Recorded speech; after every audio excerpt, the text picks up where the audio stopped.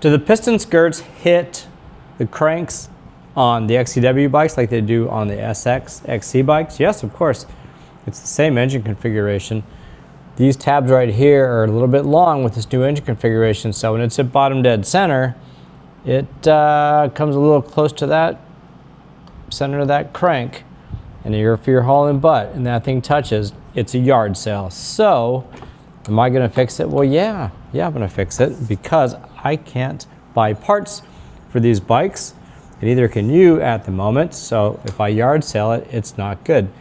You could cut the stock piston, very much, of course you could, especially on a newer bike. Well, you've got good components. I would take it off, clean it up, and then right along the tabs here, only on the intake side, you can take your 2 millimeters off.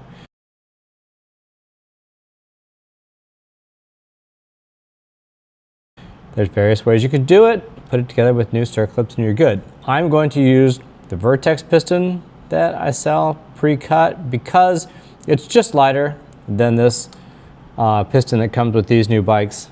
Stock, the Elco piston, and lighter is better in my opinion.